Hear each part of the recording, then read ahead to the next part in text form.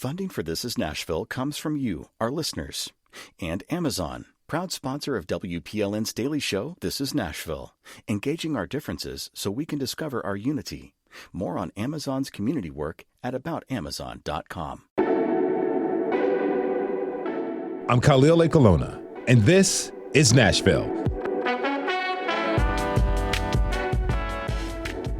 My guest today is Dr. Learotha Williams, Jr., although listeners and Nashvillians know him more fondly as Dr. Lee. He's one of the preeminent historians in Nashville and Middle Tennessee. His focus of study is African American history. He unearths stories that have been long forgotten or buried. He discovers the intricacies and nuances of the past in order to help explain the present. He's often called upon by elected officials, historical foundations, the media. He's been a guest on This Is Nashville many, many times, and his students to help explain a piece of history and tell us why it's significant. His work at TSU has created a generation of inquisitive, knowledge-hungry students who go out into the world with a better understanding of the past as they make a new future. So, how can history help us to better understand the present we're all living in? Well, let's ask Dr. Lee. I'd like to welcome Dr. Learotha Williams, Jr. back to This Is Nashville. Thanks for being here. Hey, thank you for inviting me back into your space, Khalil. It's always a pleasure and an honor to be here. It's really an honor to have you here to talk about you today. A lot of times we have you on to give us significant points, to give us nuances, to hip us to history, but today is all about you. Okay, well, I hope we don't put your listeners to sleep then, because I think I'm one of the most boring people you want to meet. But my life is, in many ways, instructive for a lot of people that are out there trying to figure out stuff. Okay, so what's the big idea you woke up with? What did you wake up with today? I have to complete my syllabi for my classes at TSU for the fall. So I'm working on that in terms of just getting my reading straight, determining what I'm going to assign. I have a couple of letters that I need to write that endorse some of my colleagues' applications for tenure and promotion at TSU. And these are exceptional scholars. So I want to make sure I take care of them so they don't have to sweat it out. Because I can remember when I was at that stage. And also, I promised myself that I would rest a little bit this summer. And I'll tell you, brother, I failed miserably. Seemed like I'm always into something. I guess that's part of my story, because if I ain't doing something, I don't feel right. So I'm always been busy. We'll talk about that, like that busyness, the pursuit of knowledge that you continue to follow. Then you combine that with the service that you give to the community outside of what you do as a professor at TSU, yet the need to maintain and keep efficient rest. And that's a balance that I haven't quite achieved, to be honest. And there's a couple of reasons for it. Every day when I look in the mirror, I realize that I'm getting older. Mm-hmm. And this is true for everybody, but you don't know how long you're going to be able to do what you do at the rate that you do it, because I don't have the energy that I had anymore. But I got a lot of projects, things that I want to accomplish now and things I want to get moving on. So I in many ways, it causes me to be busy with the idea that, I don't know how much longer that I can, or really that I want to do this. Much of my work of late centers around the civil rights movement. And you start thinking about the ages of those folks, the people. And it's funny because I saw two guys walking around TSU today that proudly told me they graduated in 1968. Wow. But those gents and their classmates, they are up in the 80s, and we don't know how much longer they are going to be with us. Mm-hmm. But they have so much knowledge that can inform our understanding of the period outside the textbook.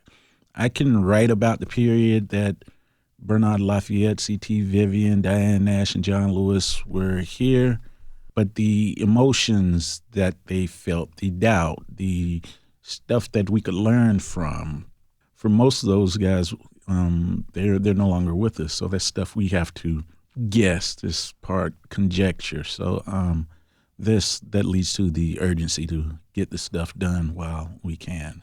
You're saying something really interesting to me, because on your website, you describe yourself as a historian, professor, wanderer, and memory keeper. I want to dive into the memory keeping aspect of that description. I mean, it sounds like, the actual emotions, the sensory memories that these people who were here in Nashville at TSU graduating class of 1968 had. That's what you're trying to preserve. Am I right? Yeah, that's correct. And I can't remember which one of the Carr brothers it was, whether it was Jeff or his brother, who described me as that. He said, what you do is memory keep. You're a keeper of memories. And it's a very profound responsibility in terms of ensuring that these voices, these memories are presented in spaces that heretofore had ignored them, right? Or marginalized them.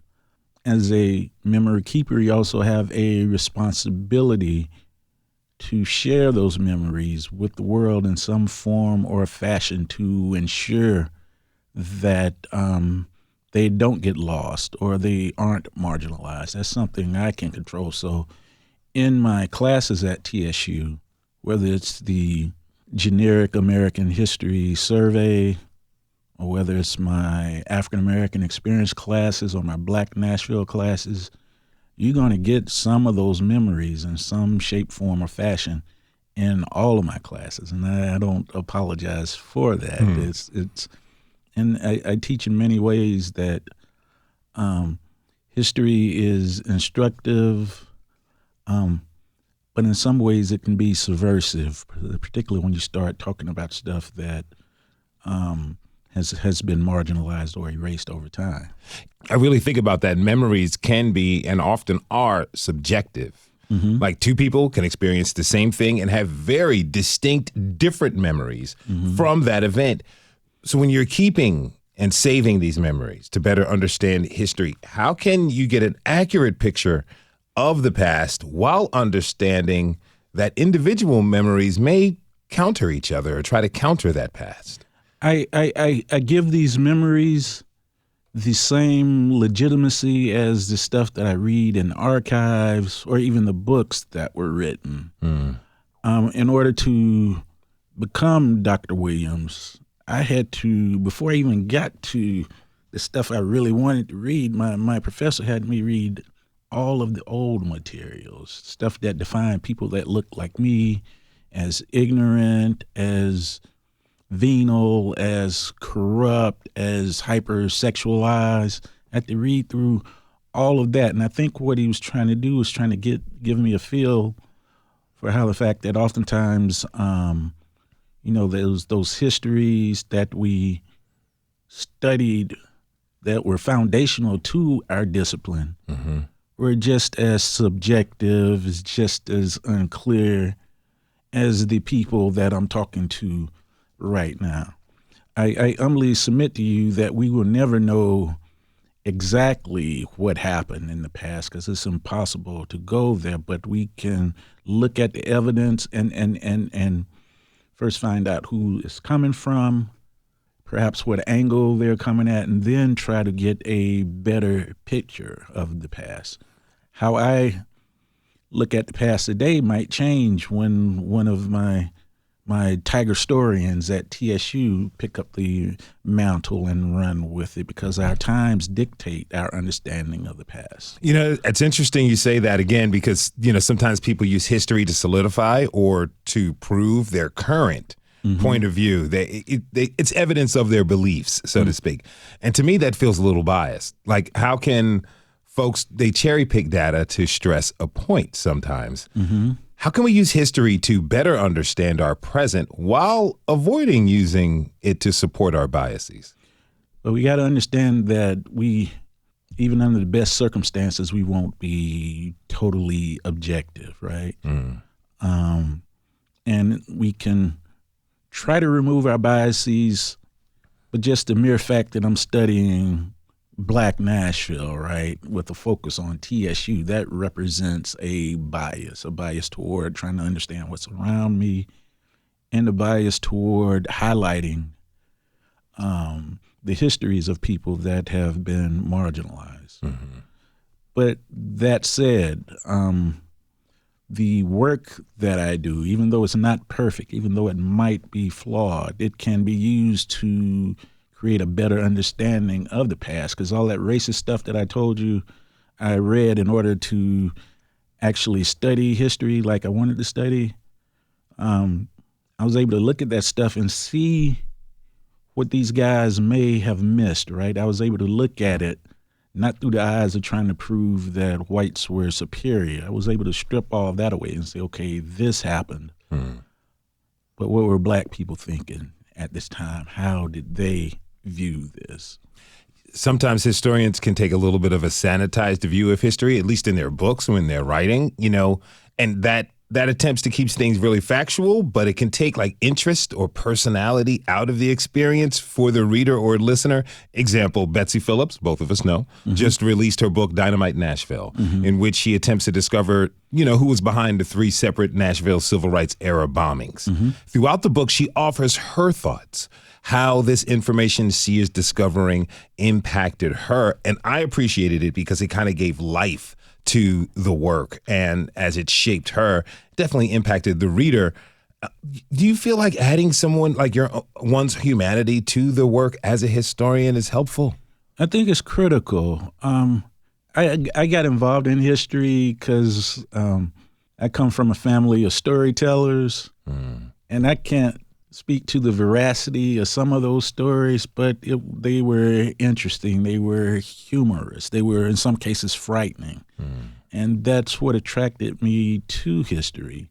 But that said, in many, many of the PhD programs across America, and I'm hoping that's changed a little bit because it's been a long time since I've been in grad school, they sort of beat that love out of you. And I don't mean physically, but you get hints in some instances that you might need to be pursuing this if you want to be a, quote, legitimate historian. You are sometimes taught to devalue those experiences, like those oral histories, which I welcome. It's like, okay, well, now these folks might be a little bit biased. Let's just focus on what's in the archives or what's in these secondary sources. When in fact all of that stuff represents some sort of bias, and some of it is just flat out racist stuff that I've read. For history to be, I think, attractive to the masses, it has to be something that the readers can relate to. And also it needs to be written in a way that is not exclusive to academics. And that's where we fail, I think, because our first papers that we write, the ones that we really get credit for are the ones that we present at conferences. The papers that weigh heavily when it comes time to get tenure and promotion. The question is, well, how many academic journals have you published in since you've been here? Yeah. But as I sit before you today, the most read thing that I've ever written is probably that slave marker at the corner of 4th and Charlotte. Because thousands of people go by there over the course of a week. And if just 10% of them stop for a moment to consider those passages, that's probably more than to read my article in 5 years. I get you. So it's. I think it's important for us to broaden the scope of who we write for. How do historians talk about history with each other? It depends. Because I talked to my man yesterday. I have a friend who's a professor at UNC Wilmington. He was traveling somewhere. But we always ask each other about what we are doing. It's like, okay, well, who are you doing that for? And then, we'll say maybe it's for a conference or something. And if it's a conference that's being held by people that we like, then we pay closer attention to it. But the thing that makes at least his ears perk up, he's like, okay, what you up to in Nashville, man? And I'll tell him, and he'll be like, whoa. He's like, and this is what he said yesterday. He said, Lee, when you graduated, did you ever think you'd be caught up in history the way that you're doing it right now, outside of the classroom, the sort of networking you're doing in public spaces, I was like, bro, they didn't train us for any of this. Mm-hmm. In one way, and this speaks to the sort of subversiveness that I talked about when I referenced history earlier. For Black historians, you kind of need to redefine or reshape the field so that it does something that works for you, that's beneficial for you. Some of our best historians today are Black women. One of the persons who trained me was a Black woman. Mm-hmm. Quick story, and I won't hold you long on this one. During my PhD comps, I had two questions. I had more than two questions, but these two questions. One was on Black women. Just talk to us about the role of Black women played in history. Mm-hmm. And then the other one was Black leaders. So I thought I gave a very eloquent response to the Black women one. I mean, I just laid it out there. Then I started talking about Black leaders.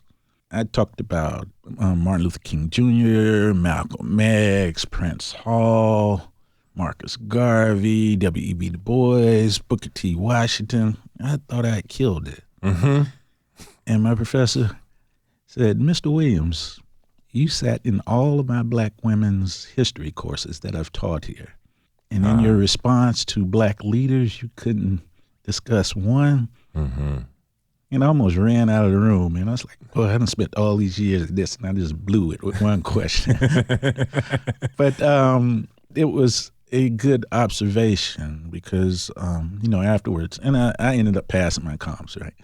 And looking back, I realized that probably needed to be the starting point, Black women. So if you were to look at my syllabus right now, you'll see that when you go through the books, Black women are going to be very well represented in those texts because I see them as, in many ways, the people that are our first teachers, the folks that enabled us to have the skills that were necessary to survive our experience here in America. Let's take a short break. When we return, we'll learn more about Dr. Lee's life growing up in Tallahassee, Florida, and learn how he became a history buff and professor. Stay with us. This is Nashville.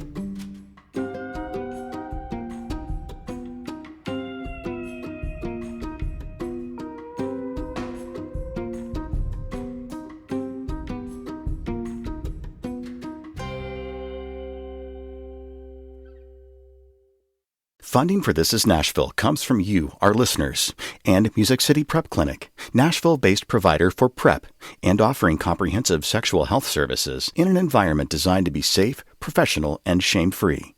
Learn more at musiccityprep.org. I'm Khalil Ekulona, and this is Nashville. My guest is Dr. Learotha Williams, Jr. He's a history professor at Tennessee State University and one of the leading historians in Nashville. Dr. Lee, again, thanks for being here. Yeah, thank you for having me. Okay, so you grew up in Tallahassee, Florida, home of Florida State University and Florida A&M University, two places that have had great influences in your life. I want to talk about college a little bit later, but what was growing up like for you? What was your neighborhood like? Working class neighborhood, really close-knit. And, you hear this a lot and wonder if it's true a lot. You hear the stories about, you could get in trouble with your neighbors, and they would discipline you, and then when you got home, you get disciplined again. Yes, I went through that. That's how it was. We played together, we fought each other, but we were very, very close, even to this day, when I see the kids that grew up with me on that street that was less than half a mile away from FAMU, when I see them, we know that there was a very, very special bond there. Grew up watching my parents play spades and bid whist with the neighbors. We looked at each other. It was a very close-knit community. Tell me about your parents. My father is a general contractor in Tallahassee. He builds houses and he his network is such that he oftentimes can help folks get homes that might not ordinarily get approved. Mm-hmm. And the people that he has done that for, they love him. And their kids love him. Their grandkids love him. I go home and I'll meet somebody and they ask me my name. I say Lee Williams. They'll pull up and be like, okay, you related to the Deacon Williams? I'm like, yeah, that's my dad. Mm-hmm. So it's like I go home and I figured that these folks would fight, bare knuckle fight somebody if they said something wrong about my father. My mother was like that woman in the church that was over the youth department, that all of the kids considered her mom. Mm-hmm. Growing up, one of my chores besides washing dishes and taking out the trash and all of that, once I was able to drive, was to get up early on Saturday morning and go get those kids to bring them to the youth program. Okay. My mother passed away in 2002. And I can remember being at her funeral and all of those young folks were gathered there. And as I was coming out of the church, when one of my friends said, man, she was everybody's mama. Yeah. Yeah. So very close-knit. They were from rural Georgia.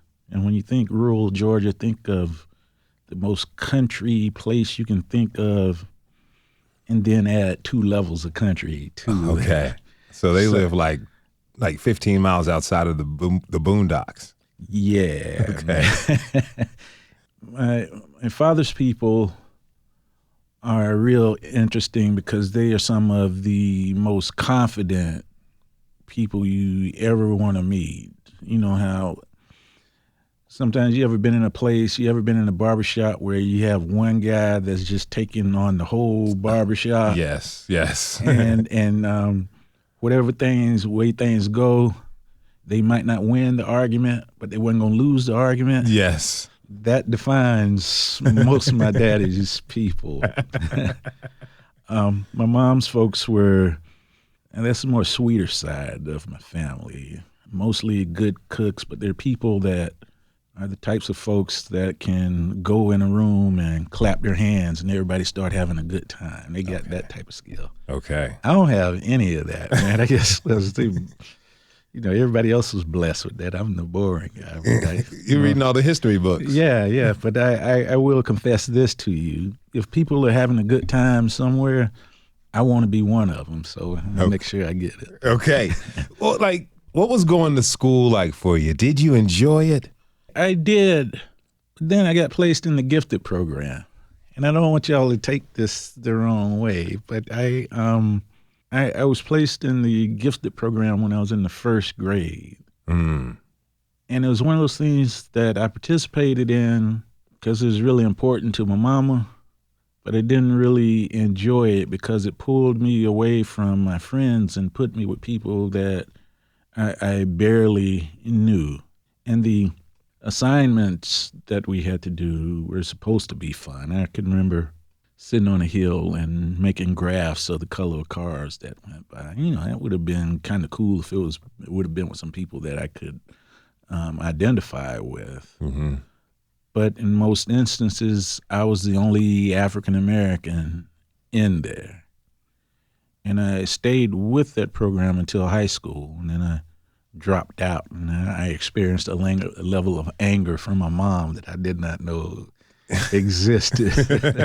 I imagine she's like, you've been doing the gifted program all of these years. You're going to drop out right before college. Yeah. I didn't drop out, but my mother had similar demands as far as being in the gifted program. Myself and my siblings were, but something we also experienced, sometimes being, if not the only, one of very few African Americans in that class. What kind of difficulties did that create for you? Because it's different when you have you get your friends from class, people you meet, you make relationships with, but then you have your buddies who you hang out with, you kick up dust with, you get involved, you get in trouble with them. Mm-hmm. Sometimes they can look at you a little bit differently because you're in these classes as well. I didn't experience that in a negative type of way because you know how your partner's going to clown you. Yeah. Anyway. Mm-hmm. But I never experienced any resentment because my grades were good. And after a while, even though I did everything they did in addition to that, so I played football. I internalized this fantasy of becoming a pro football player. Yeah. I played baseball, basketball. I did all those things that we did as young men, but it was always seems as though, well, Lee is a little bit different because his grades are gonna be better than ours. But other than that, I didn't receive any negative responses to that. But I will say this: some of my partners coming up were not saints in the truest sense of the word, but they never brought that around me, at least as far as I know. And we got stopped by the cops many a times, but nobody would ever be holding anything or nothing like that. So there was some level of respect there. I think that when they hung out with me, They keep it straight. They didn't want to jeopardize what you had going on. Right. And they would. And even with this, I'm looking back on my partners. Now, I had one guy who would always make sure somebody had before you got in the car, you had to have at least $1 to put toward the gas tank. Okay. He's like, you got any bones, man? You got to have one if you're going to ride. I said, no bones, you're going to be walking the campus tonight. But God bless them. These brothers, these were good brothers. Some of them are no longer with us for one reason or another, but I do remember how close-knit we were. So when it came time to making a decision to go to college, what were your choices, and why did you ultimately choose what you did? I was born on FAMU's campus, right? George W. Gore, who was from Nashville and administrated at TSU, he built a hospital down in Tallahassee once he became president of FAM. And all of the black babies in town from like 1950 to the early 70s were born in that hospital. I hung out on campus. Once my parents allowed us to ride a little bit with our bicycles, we would ride up to FAMU's campus about this time of year because Upward Bound would be up there. And they have little schoolgirls staying in the dorms. We up there on bikes trying to stunt, right? Yeah.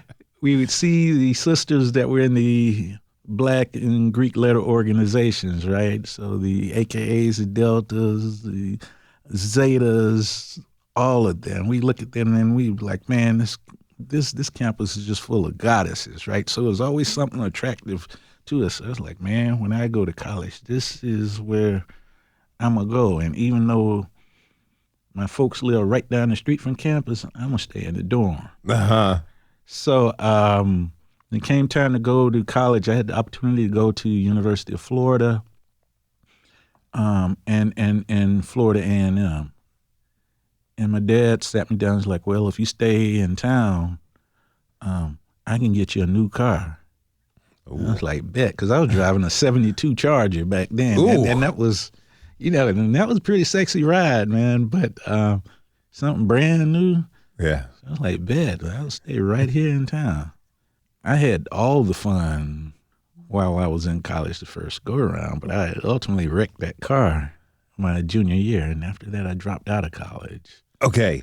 I want to ask you about that real quick. But first, if you're just tuning in, this is Nashville, and I'm your host, Khalil Ekulona. We're talking this hour with Dr. Learotha Williams, history professor at Tennessee State University. We're talking about his early life and how he came to have a love for history. Okay, so you get in this pretty gnarly car accident, I believe. Yeah, you can see the scars on my hand. Something I look at every day.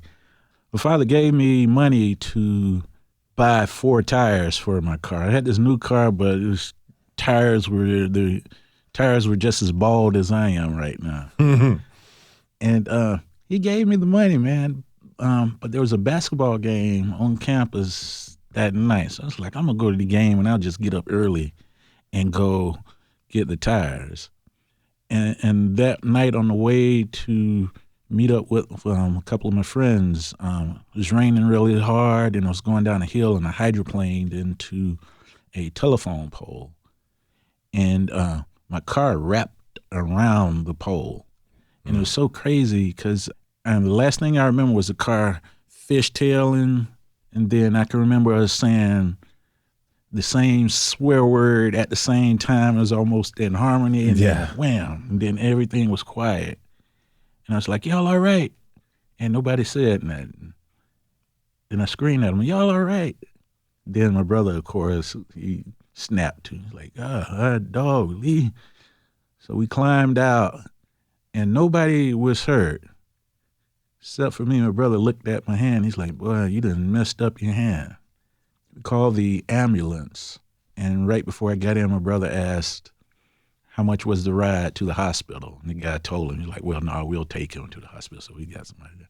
But that moment really was a turning point in my life, because when I talked to my dad about what had happened, he's like, man, you had the money and didn't go get it, and this is what happened. All of y'all almost died because of that decision. Mm-hmm.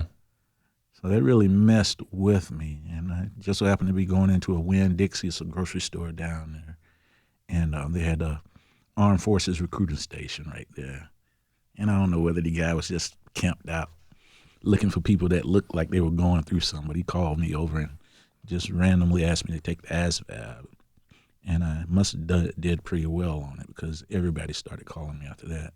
And so once the military caught wind of your intellectual acumen, they started recruiting really hard, huh? I guess, or my ability to take tests. I don't know what it was. But they told me I could finish up my last year of school in the Armed Forces. And so I joined the Air Force and never finished. I didn't have time. But I did have time to go to war. You served in the Gulf War, correct? Yeah. Did you see combat? Yes. And then that's, being in a life or death situation can cause you to have a clarity about what your future should be. It's like, okay, I might not make it out of this, but if I do, I'm going to make certain that I pursue this route with a passion. Mm-hmm. So I went in on my birthday in 1987. I got out on my birthday in 1991. Okay. Then I just did what it took to finish up my BA. I applied for and got accepted to law school. But before I could go, my dissertation, the guy who would ultimately be my dissertation advisor, Joe Richardson, asked me about funding for law school, how much money was they giving me. I was like, not a whole lot. He's like, well, if you come to Florida State, pursue a PhD, we got you. And it's like, okay, I kind of like history, so. And off we go. Yeah, that's the way things progress. Okay, we're going to take one last break. When we come back, we'll continue our conversation with Dr. Lee about his historical philosophy and what history can teach us about human nature. As always, join the conversation by tweeting us at This Is Nashville. We'll be right back.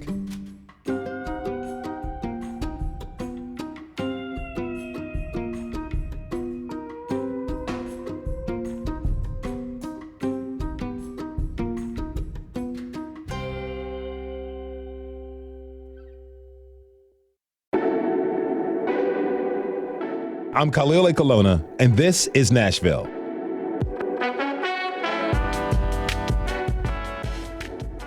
My guest is Dr. Learotha Williams, Jr., history professor at Tennessee State University. Dr. Lee, thanks. It's so much fun to talk with you. Yeah, thank you. Okay, so I understand that when you were in the armed services, you got a care package, and you got the book, The Soul of Black Folk by W.E.B. Du Bois.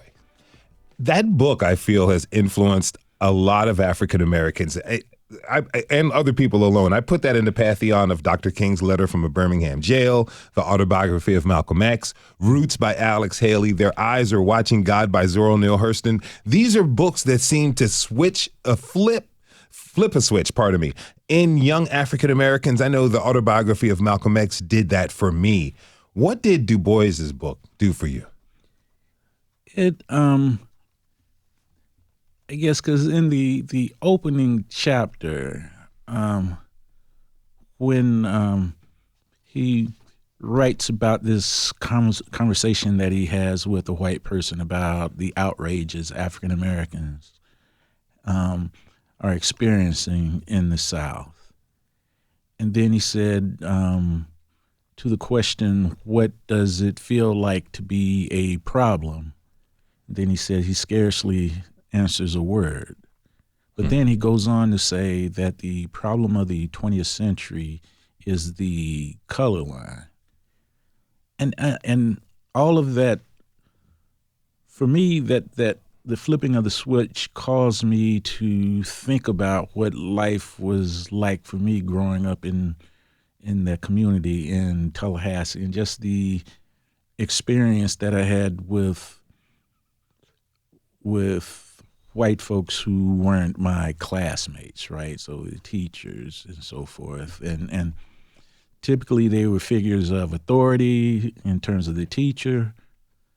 But other than that, the only white people that came in our community were either from the city of Tallahassee when it was getting ready to turn somebody's water off, or when those guys would pull up in the vans to cut somebody's electricity off, or the police.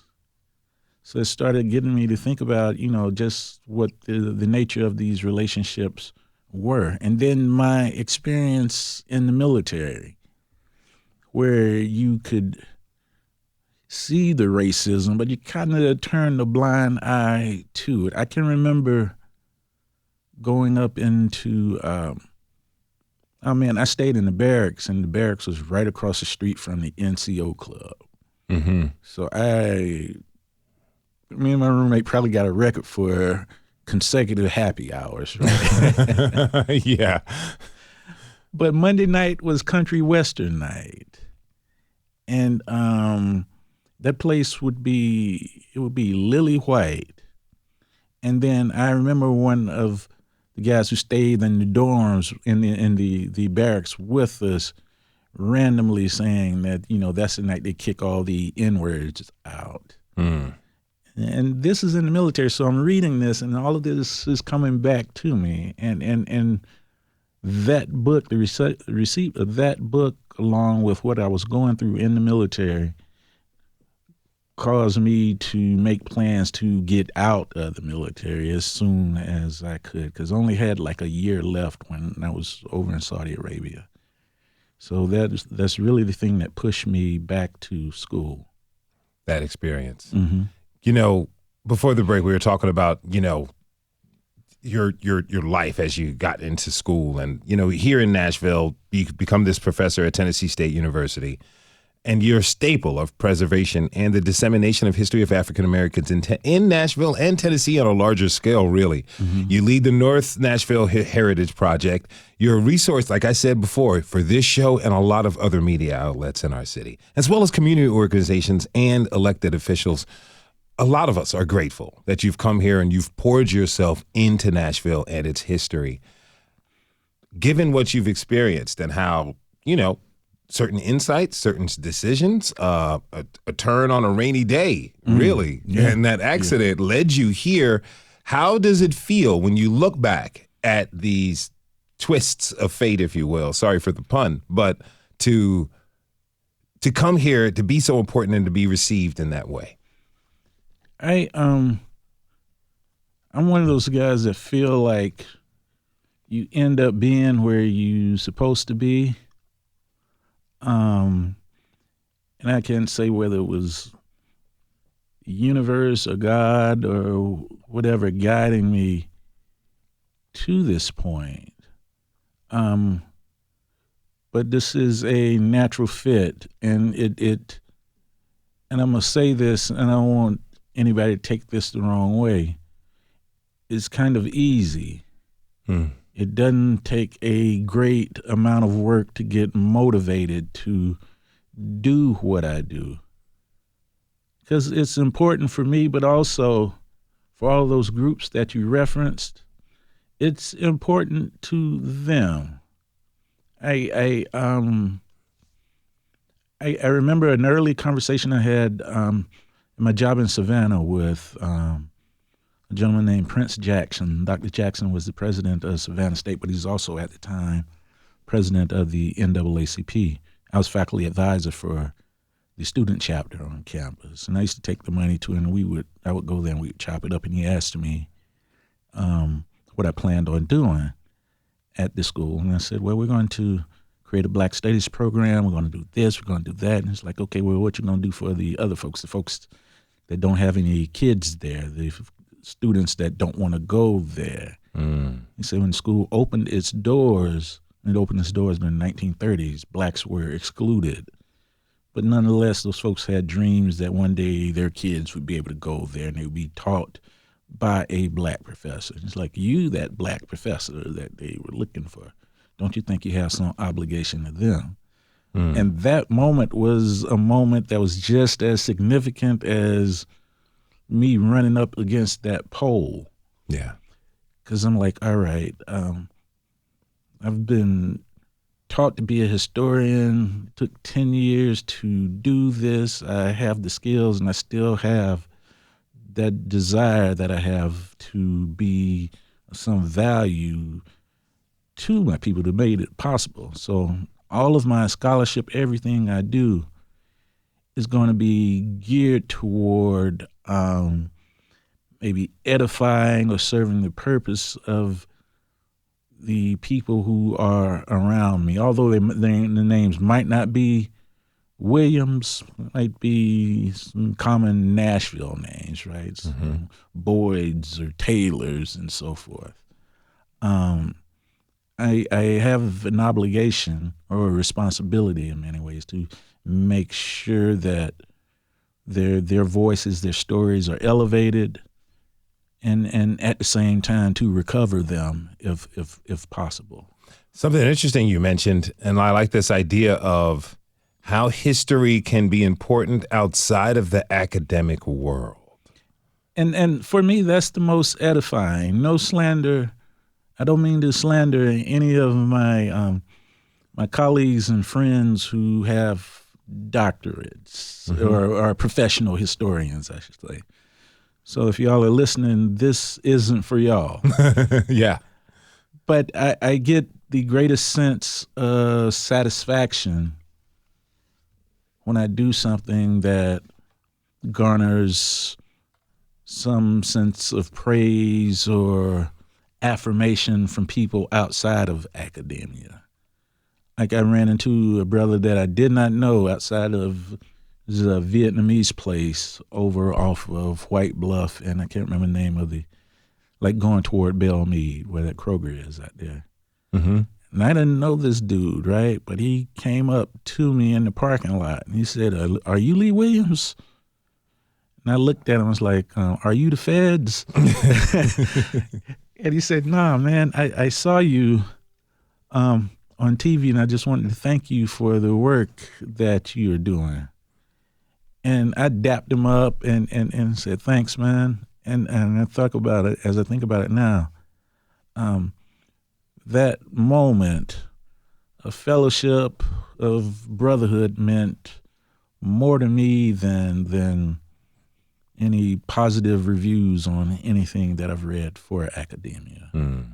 I can remember giving a talk at Fort Negley, and I didn't think it was a good talk, Khalil, but this one senior came up to me and asked me if I could send a copy of that talk to her.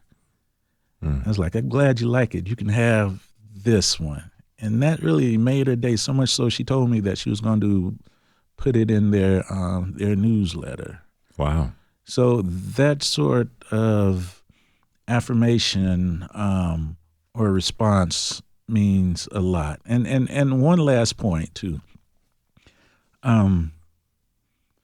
The support that I get from academia is good, and I'm not talking about my friends here, because my friends are down like 4 flat tires, right? I'm not talking about them. But the support of the community is everything, man, because I know that, if I can get them behind what I'm doing, it's going to be done, and it's going to be fantastic. And if I need somebody to push against the university a little bit to make the campus sweat a little bit so that I can do what I can do, I know I got them in my corner.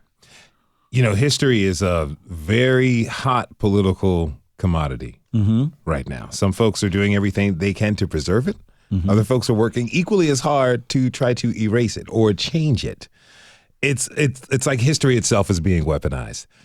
This goes back to what we talked about a little bit earlier in the hour, the bias, sometimes subjective nature of history. So we've got probably in my lifetime, and I'm sure in yours, the wildest general election campaign happening right now. A lot of political issues are going on, particularly not just the presidential race, but down ballot. People are using history to make their cases for why one should vote for them.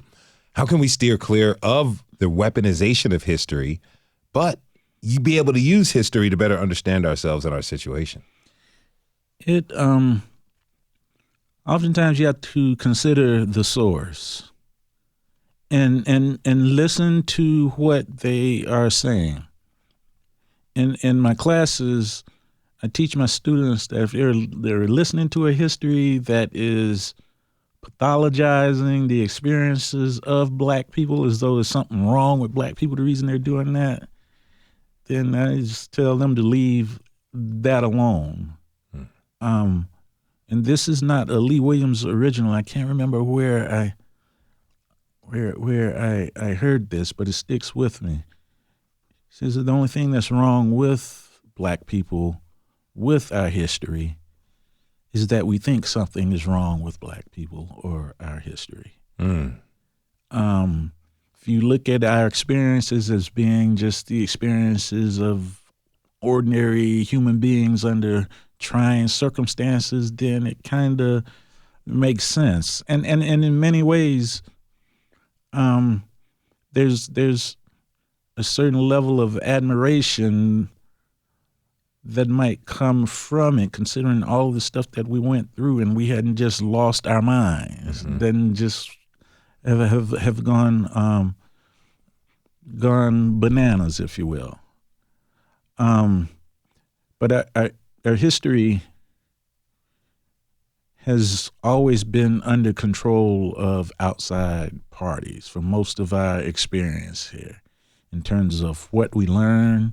You think about how long it took for people to start thinking about Africa in a positive way, even though we have Garvey and these Pan-African movements that come up to the 60s. Even when I started school, it was still, Africa was viewed as a negative. That's no longer the case, I think, but we still see elements of it. Here in the United States, a lot of our history has been whitewashed or ignored. And the case in point is here in Nashville. None of the stuff that I talk about in Nashville is brand new. It's not something that I discovered in the archives, right? Although I did have to go to the archives to read some of this stuff. But this is stuff that has existed in some form or fashion for 150 some odd years, but it's not taught. It's not highlighted in public places. And our students definitely don't get it in school.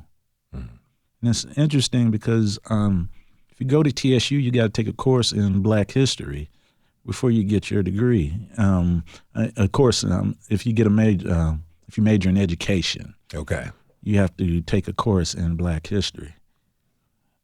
And I can say to you